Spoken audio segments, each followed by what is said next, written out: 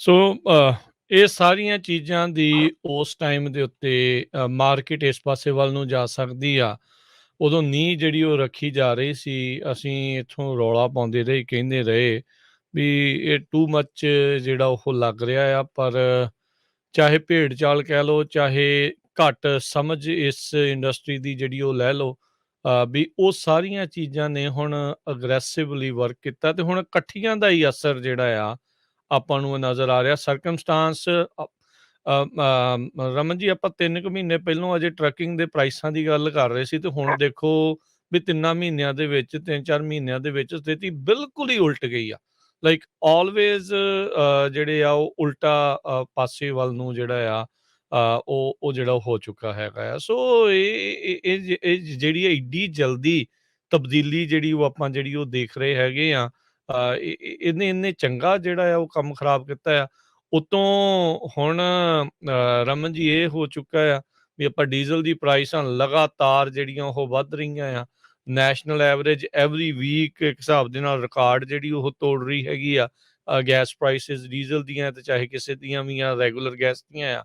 ਤੇ ਉਸਨੇ ਤਾਂ ਹੁਣ ਨਾਮੁਮਕਿਨ ਜਿਹਾ ਹੀ ਜਿਹੜਾ ਇੱਕ ਹਿਸਾਬ ਦੇ ਨਾਲ ਬਣਾ ਦਿੱਤਾ ਆ। ਉਤੋਂ ਨਾਲ ਡੀਜ਼ਲ ਚੋਰੀ, ਇਕਵਿਪਮੈਂਟ ਦੇ ਡੀਜ਼ਲ ਟੈਂਕਾਂ 'ਚ ਮੋਹਰੀਆਂ ਕਰਕੇ ਡੀਜ਼ਲ ਚੋਰੀ ਕਰਨਾ, ਉਹ ਸਾਰਾ ਕੁਛ ਜਿਹੜਾ ਉਹ ਨਾਲ ਦੇ ਨਾਲ ਹੀ ਇਕੱਠਾ ਹੀ ਜਿਹੜਾ ਹੋ ਗਿਆ ਆ। ਸੋ ਹਾਲਾਤ ਬਹੁਤੇ ਜਿਹੜੇ ਬਦ ਤੋਂ ਬੱਤਰ ਜਿਹੜੇ ਉਹ ਬਣਦੇ ਜਾ ਰਹੇ ਆ।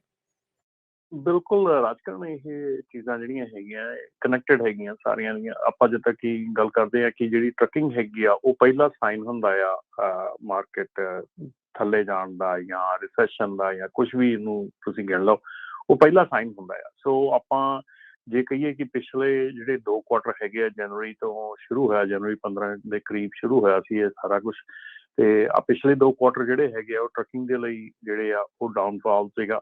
ਤੇ ਆਪਾਂ ਪਿਛਲੇ 2 ਕੁਆਟਰ ਦੇ ਵਿੱਚ ਇਹੋ ਜਿਹੀ ਚੀਜ਼ ਕਹਿੰਦੇ ਆਏ ਸੀ ਕਿ ਟਰੱਕਿੰਗ ਜਿਹੜੀ ਆ ਉਹ ਫਸਟ ਇੰਡੀਕੇਟਰ ਹੁੰਦੀ ਆ ਡਾਊਨਫਾਲ ਦੀ, ਤੇ ਟਰੱਕਿੰਗ ਇੰਡੀਕੇਟਰ ਹੁੰਦੀ ਆ ਅਪ ਰੋਡ ਦੀ। ਜਦੋਂ ਉੱਪਰ ਨੂੰ ਜਾਂਦੀ ਆ ਮਾਰਕੀਟ, ਟਰੱਕਿੰਗ ਸਾਰਿਆਂ ਨਾਲੋਂ ਪਹਿਲਾਂ ਇਫੈਕਟ ਹੁੰਦੀ ਆ। ਟਰੱਕਿੰਗ ਦੇ ਵਿੱਚ ਹੀ ਸਾਰਿਆਂ ਨਾਲੋਂ ਪਹਿਲਾਂ ਜਿਹੜਾ ਉਹ ਉਛਾਲ ਆਉਂਦਾ ਆ।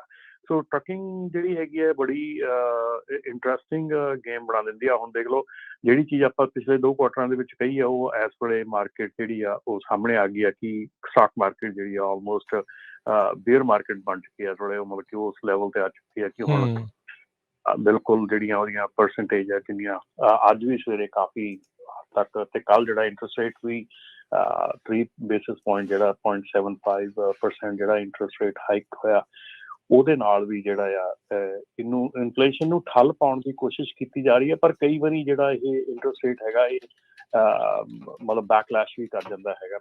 1992 ਤੋਂ ਬਾਅਦ ਪਹਿਲੀ ਵਾਰੀ ਇੰਨਾ ਜ਼ਿਆਦਾ ਇੱਕਦਮ ਇੰਟਰਸਟ ਰੇਟ ਹਾਈਕ ਹੋਈ ਹੈ, ਕੀਤੀ ਗਈ ਹੈ। ਤੇ ਉਹ ਸਿਰਫ ਇਸੇ ਚੀਜ਼ ਨੂੰ ਕੀਤੀ ਗਈ ਹੈ ਕਿ ਇਨਫਲੇਸ਼ਨ ਨੂੰ ਥੋੜ੍ਹੀ ਜਿਹੀ ਕੰਟਰੋਲ ਠੱਲ ਪਾਈ ਜਾ ਸਕੇ, ਜਿਹੜੀ ਲੋਕਾਂ ਦੇ ਵਿੱਚ ਕਿਉਂਕਿ ਮਨੀ ਬੈਂਕ ਤੋਂ ਬਹੁਤ ਸਸਤੀ ਮਿਲ ਰਹੀ ਆ, ਇਸ ਕਰਕੇ ਲੋਕਾਂ ਦੇ ਵਿੱਚ ਦੌੜ ਲੱਗੀ ਪਈ ਆ। ਤੇ ਸੋ ਹੁਣ ਉਸ ਦੌੜ ਨੂੰ ਥੋੜ੍ਹਾ ਜਿਹਾ ਘਟਾਉਣ ਲਈ ਥੋੜ੍ਹੀ ਜਿਹੀ ਮਾਰਕੀਟ ਨੂੰ ਜਿਹੜੀ ਇਨਫਲੇਸ਼ਨ ਆ ਘਟਾਉਣ ਨੂੰ ਕੀਤੀ ਗਈ ਆ। ਆਈ ਹੋਪ ਕਿ ਉੱਧਰ ਨੂੰ ਕੰਮ ਕਰੇ, ਬਟ ਹੋ ਸਕਦਾ ਕਿ ਇਹਦੇ ਨਾਲ ਮਤਲਬ ਕਿ ਬੈਕਲੈਸ਼ ਵੀ ਹੋ ਸਕਦਾ। ਜੀ ਜੀ। ਸੋ ਇੱਕ ਦੋ ਧਾਰੀ ਤਲਵਾਰ ਆ ਜੀ ਇਸ ਟਾਈਮ ਜਿਹੜਾ ਫੈਡ ਦੇ ਇੰਟਰਸਟ ਰੇਟ ਨੂੰ ਵਧਾਉਣਾ। ਉਹ ਕਹਿੰਦੇ ਵੀ ਚੱਲ ਇਨਫਲੇਸ਼ਨ ਤੋਂ ਤਾਂ ਜਿਹੜੀ ਮਾਰ ਪਈ ਆ ਉਸ ਨੂੰ ਸ਼ਾਇਦ ਕਾਬੂ ਕਰ ਲਈਏ, ਪਰ ਉਹਦੇ ਕਰਕੇ ਫਿਰ ਇੰਟਰਸਟ ਰੇਟ ਵਧਾਉਣ ਦੇ ਨਾਲ ਗਰੋਥ ਰੁਕਦੀ ਆ। ਗਰੋਥ ਰੁਕਣ ਤੋਂ ਕਰਕੇ GDP ਨੈਗੇਟਿਵ 'ਚ ਜਾ ਸਕਦੀ ਆ। ਸੋ ਰਿਸੈਸ਼ਨ ਵੱਲ ਨੂੰ ਜਿਹੜਾ ਉਹ ਵੱਧ ਸਕਦੇ ਆ। ਸੋ ਲਾਈਕ ਹੁਣ ਇਹ ਆ ਵੀ ਦੋਨਾਂ 'ਚੋਂ ਕਿਹੜੀ ਚੀਜ਼ ਲੈਣੀ ਆਪਾਂ, ਇਨਫਲੇਸ਼ਨ ਲੈਣੀ ਆ ਕਿ ਰਿਸੈਸ਼ਨ ਲੈਣੀ ਆ। ਹਾਲ ਦੀ ਘੜੀ ਫੈਡ ਕਹਿੰਦੀ ਆ ਵੀ ਰਿਸੈਸ਼ਨ ਨੂੰ ਸ਼ਾਇਦ ਝੱਲ ਲਈਏ, ਇਨਫਲੇਸ਼ਨ ਦੀ ਮਾਰ ਜਿਹੜੀ ਕਿਸੇ ਤੋਂ ਵੀ ਝੱਲੀ ਜਿਹੜੀ ਉਹ ਨਹੀਂ ਜਾ ਰਹੀ ਹੈਗੀ। ਸਥਿਤੀ ਬਹੁਤ ਜ਼ਿਆਦਾ ਆਊਟ ਆਫ ਕੰਟਰੋਲ ਹੁੰਦੀ ਜਾ ਰਹੀ ਆ। ਹੁਣ ਕੱਲ੍ਹ ਬਾਈਡਨ ਹੁਣਾਂ ਨੇ ਚਿੱਠੀ ਲਿਖ ਛੱਡੀ ਆ। ਇਹ ਵੀ ਹੁਣ ਸੁੱਤਿਆਂ ਜਿਹੜੇ ਉੱਠੇ ਆ, ਆਇਲ ਰਿਫਾਈਨਰੀਜ਼ ਨੂੰ ਇਹਨਾਂ ਨੇ ਚਿੱਠੀ ਲਿਖੀ, ਕਹਿੰਦੇ ਵੀ ਪ੍ਰੋਫਿਟ ਜਿਹੜੇ ਆਪਣੇ ਘਟਾਓ। ਤੁਸੀਂ 3 ਗੁਣਾ ਪ੍ਰੋਫਿਟ ਕਮਾਈ ਕਰ ਰਹੇ ਆ ਜਦੋਂ ਤੋਂ ਰੂਸ ਤੇ ਯੂਕਰੇਨ ਦੀ ਜੰਗ ਜਿਹੜੀ ਉਹ ਸ਼ੁਰੂ ਹੋਈ ਆ, ਯੁੱਧ ਸ਼ੁਰੂ ਹੋਇਆ ਆ, ਵੀ ਤੁਸੀਂ ਜ਼ਿਆਦਾ ਆਇਲ ਜਿਹੜਾ ਪ੍ਰੋਡਿਊਸ ਕਰੋ। ਫਿਰ ਇਹ ਕਹਿ ਰਹੇ ਸੀਗੇ ਕੁਝ ਦਿਨ ਪਹਿਲਾਂ ਵੀ ਇੰਨੇ ਹਜ਼ਾਰ ਪਰਮਿਟ ਅਸੀਂ ਦਿੱਤੇ ਹੋਏ ਆ, ਇਹ ਤੇਲ ਜਿਹੜਾ ਉਹ ਕੱਢ ਨਹੀਂ ਰਹੇ। ਸੋ ਉਹ ਜਿਹੜੀ ਇਹ ਸਰਕਾਰ ਆ, ਇਹ ਆਇਲ ਰਿਫਾਈਨਰੀਜ਼ ਤੇ ਉਹਨਾਂ ਕੰਪਨੀਆਂ ਦੇ ਉੱਤੇ ਦੋਸ਼ ਮੜ ਰਹੀ ਆ। ਲੋਕ ਸਰਕਾਰ ਉੱਤੇ ਦੋਸ਼ ਮੜ ਰਹੇ ਆ। ਸੋ ਇਹ ਚੌਂ ਚੁਫੇਰੇ ਇਸ ਟਾਈਮ ਘੁੰਮਣ ਘੇਰੀ ਐਸੀ ਜਿਹੜੀ ਉਹ ਪਈ ਹੋਈ ਆ। ਪਾਲਿਸੀਜ਼ ਨੂੰ ਸਹੀ ਤਰੀਕੇ ਦੇ ਨਾਲ ਦੇਖਿਆ ਨਹੀਂ, ਢੰਗ ਦੇ ਨਾਲ ਲਾਗੂ ਨਹੀਂ ਕੀਤਾ, ਉਹਨਾਂ ਨੇ ਜਿਹੜਾ ਉਹ ਕੀਤਾ ਨਹੀਂ, ਤੇ ਹੁਣ ਜਿਹੜੀ ਸਥਿਤੀ ਇੱਥੇ ਤੱਕ ਜਿਹੜੀ ਉਹ ਪਹੁੰਚ ਚੁੱਕੀ ਹੈਗੀ ਆ। ਤੇ ਰਮਨ ਜੀ, ਲੱਗਦਾ ਹੈ ਵੀ ਆਉਣ ਵਾਲੇ ਕਿਸੇ ਨੇੜਲੇ ਭਵਿੱਖ ਦੇ ਵਿੱਚ ਕਿਤੇ ਡੀਜ਼ਲ ਜਾਂ ਗੈਸ ਦੀਆਂ ਪ੍ਰਾਈਸਾਂ ਜਾਂ ਇਸ ਸਾਰੀ ਚੀਜ਼ ਦੇ ਉੱਤੇ ਕਿਤੇ ਕੋਈ ਕੰਟਰੋਲ ਜਾਂ ਕੁਛ ਥੱਲੇ ਨੂੰ ਆਉਣਗੇ? ਕਿਉਂਕਿ ਇਹ ਸਾਰੇ ਕਾਸੇ ਦੇ ਕਰਕੇ ਤਾਂ ਹੁਣ ਬਹੁਤ ਸਾਰੇ ਜਿਹੜੇ ਟਰੱਕਰਸ ਉਹ ਕਹਿੰਦੇ ਵੀ ਇਹਦੇ ਨਾਲੋਂ ਤਾਂ ਹੁਣ ਆਪਾਂ ਟਰੱਕ ਖੜਾ ਲਈਏ ਤਾਂ ਹੀ ਚੰਗੇ ਆ। ਵੈਲ ਆਈ ਮੀਨ ਦੇਖੋ, ਇਹ ਖੜਾਉਣਾ ਟਰੱਕ ਨਹੀਂ ਖੜਾਉਣਾ ਇਹ ਡਿਫਰੈਂਟ ਹਰ ਇੱਕ ਦਾ ਓਪੀਨੀਅਨ ਹੋ ਸਕਦਾ, ਪਰ ਸਿੰਪਲੀ ਜੇ ਕਹਾਂ ਕਿ ਤੁਸੀਂ ਜੇ ਨੈਗੇਟਿਵ ਜਾ ਰਹੇ ਹੈਗੇ ਆ, ਜੇ ਅੱਜ ਦੀ ਤਰੀਕ ਦੇ ਵਿੱਚ ਤੁਹਾਡਾ ਟਰੱਕ ਨੂੰ ਰਨ ਕਰਨ ਦਾ ਖਰਚਾ $2.25, ਜੇ ਆਪਾਂ ਹਾਈਪੋਥੈਟੀਕਲ ਫਿਗਰ ਲੈ ਕੇ ਚੱਲੀਏ, ਅੱਜ ਦੀ ਤਰੀਕ 'ਚ $2.25 ਤੁਹਾਡਾ ਖਰਚਾ ਹੈਗਾ, ਤੇ ਜੇ ਤੁਸੀਂ $2 ਤੇ ਲੋਡ ਕਰਦੇ ਆ, ਉਹ ਉਸ ਹਿਸਾਬ ਦੇ ਨਾਲ ਤਾਂ ਤੁਹਾਨੂੰ ਆਪਣੇ ਆਪ ਸਮਝ ਜਾਣਾ ਚਾਹੀਦਾ ਵੀ ਟਰੱਕ ਨਹੀਂ ਚਲਾਉਣਾ ਚਾਹੀਦਾ, ਕਿਉਂਕਿ ਤੁਹਾਨੂੰ ਉਹਦੇ 'ਚ ਨੈਗੇਟਿਵ ਜਾ ਰਹੇ ਆ ਤੁਸੀਂ। ਠੀਕ ਹੈ ਨਾ? ਇਹ ਤਾਂ ਕੋਈ ਕਿਸੇ ਦੇ ਸਮਝਾਉਣ ਦੀ ਜਾਂ ਕਿਸੇ ਦੀ ਧੱਕੇ ਦੇ ਨਾਲ ਕਿਸੇ ਨੂੰ ਕੁਛ ਕਹਿਣ ਦੀ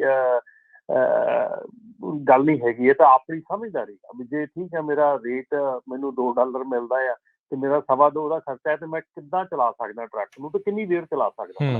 ਤੁਸੀਂ ਬੇਸਿਕਲੀ ਤਾਂ ਇਹ ਕਰ ਰਹੇ ਹੈਗੇ ਕਿ ਪੱਲਿਓਂ ਪਾਕਟ 'ਚੋਂ ਪੈਸੇ ਪਾ ਕੇ ਤੇ ਤੁਸੀਂ ਲੋਕਾਂ ਦੇ ਲੋਡ ਕਰ ਰਹੇ ਹੈਗੇ ਆ, ਉਹ ਕਿੰਨੀ ਕੁ ਦੇਰ ਤੱਕ ਤੁਸੀਂ ਉਹ ਜਿਹੜਾ ਸੌਦਾ ਕਰੋਗੇ? ਸੋ ਜ਼ਰੂਰੀ ਹੈ ਇਹ ਸਮਝਣਾ। ਠੀਕ ਹੈ ਨਾ? ਜ਼ਰੂਰੀ ਹੈ ਸਮਝਣਾ।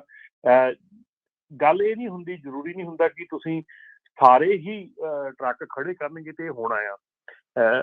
ਜਿਹੜਾ ਨਹੀਂ ਵਾਰਾ ਖਾਂਦਾ ਉਹ ਖੜਾ ਕਰਦਾ। ਠੀਕ ਹੈ ਨਾ?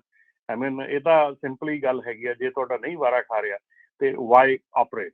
ਠੀਕ ਹੈ ਨਾ?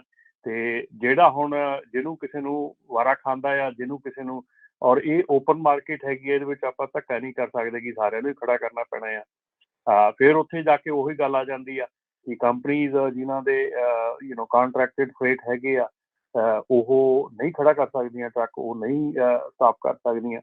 ਸੋ ਆਬਵੀਅਸਲੀ ਉੱਥੇ ਜਾ ਕੇ ਫਿਰ ਸਾਡੀ ਜਿਹੜੀ ਆ ਉਹ ਸਿਚੁਏਸ਼ਨ ਖੜੀ ਹੋ ਜਾਂਦੀ ਹੈ। ਸੋ ਆਈ ਡੋਂਟ ਥਿੰਕ ਸੋ ਕਿ ਕਿਸੇ ਨੂੰ ਫੋਰਸਫੁਲੀ ਆਪਾਂ ਕਹਿ ਸਕਦੇ ਹਾਂ। ਇਹ ਆਪਣੀ ਸਮਝਦਾਰੀ, ਆਪਣੀ ਅਕਲਮੰਦੀ ਹੈ ਕਿ ਜੇ ਤੁਸੀਂ ਨੈਗੇਟਿਵ ਚੱਲ ਰਹੇ ਹੈਗੇ ਆ ਤਾਂ why run the truck, just park it. ਜੀ, ਤੇ ਸਰੋਤਿਓ ਤੁਸੀਂ ਵੀ ਆਪਣੇ ਵਿਚਾਰ ਸਾਂਝੇ ਕਰ ਸਕਦੇ ਹੋ। ਕਾਲ ਕਰਨ ਦੇ ਲਈ ਨੰਬਰ ਹੈ 408 272 5200 4082725200 ਦੇ ਉੱਤੇ। ਤੇ ਜੀ ਰਮਨ ਜੀ, ਤੁਸੀਂ ਕੁਝ ਕਹਿਣ ਲੱਗੇ ਸੀਗੇ? ਨਹੀਂ, ਮੈਂ ਉਹੀ ਗੱਲ ਕਰ ਰਿਹਾ ਹੈਗਾ ਕਿ ਆਪਣੇ ਉਹ ਜਿਹੜੇ ਆਪਣੇ ਫੇਸਬੁੱਕ ਦੇ ਉੱਤੇ ਵੀ ਗੱਲ ਚੱਲ ਰਹੀ ਹੈਗੀ, ਟਰੱਕ ਸਟ੍ਰਾਈਕ ਦੀ ਗੱਲ ਕਹੀ ਜਾ ਰਹੀ ਹੈ। ਟਰੱਕ ਸਟ੍ਰਾਈਕ ਜਿਹੜੀ ਆ ਉਹ ਫਿਰ ਅਗੇਨ ਉਹੀ ਚੀਜ਼ ਆ ਜਾਂਦੀ ਆ, ਆਪਣੀ ਆਪਸੀ ਆਪਣੀ ਕਮਿਊਨਿਟੀ ਦੇ ਵਿੱਚ ਆਪਾਂ ਆਪਸ 'ਚ ਹੀ ਲੜਨ ਲੱਗ ਪੈਂਦੇ ਹਾਂ ਮੁੜ ਕੇ, ਕਿਉਂਕਿ ਜਿਹੜਾ ਆ ਇਹ ਚੀਜ਼ਾਂ ਜਿਹੜੀਆਂ ਆ, ਇਹ ਹਾਲਾਤ ਜਿਹੜੇ ਉੱਦਾਂ ਦੇ ਆਪਣੇ ਆਪ ਹੀ ਪੈਦਾ ਕਰ ਲੈਂਦੇ ਆ, ਉਦੋਂ ਫਿਰ ਆਪਸ 'ਚ ਲੜਾਈ ਸ਼ੁਰੂ ਹੋ ਜਾਂਦੀ ਹੈ। ਸੋ ਚੰਗੀ ਗੱਲ ਨਹੀਂ ਗੀ। ਹਾਂ, ਪਰ ਜਿਹੜਾ ਕੋਈ ਨਹੀਂ ਅਫੋਰਡ ਕਰਦਾ, ਜਿਹੜਾ ਟਰੱਕ ਨੈਗੇਟਿਵ 'ਚ ਜਾ ਰਿਹਾ ਹੈਗਾ, ਦੇ ਸ਼ੁਡ ਪਾਰਕ। ਜੀ, ਹਰਜੋਤ ਸਿੰਘ ਖਾਲਸਾ ਜੀ, ਸਤਿ ਸ਼੍ਰੀ ਅਕਾਲ ਜੀ।